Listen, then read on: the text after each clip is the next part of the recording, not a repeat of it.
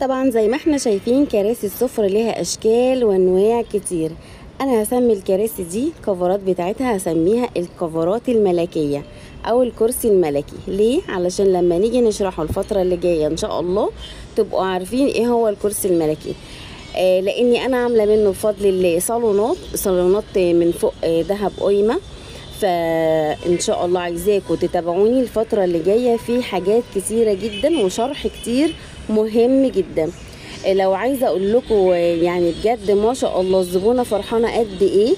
ده يا جماعه كفر، انتوا متخيلين ان ده كفر؟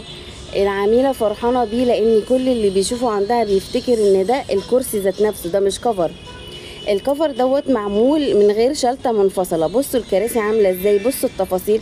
على فكره التفاصيل دي شاركتني فيها العميله، هي اللي اقترحت عليا ان هي عايزه من فوق تشق المكان وتطلع الذهب القايمه، وعملنا استك كمان.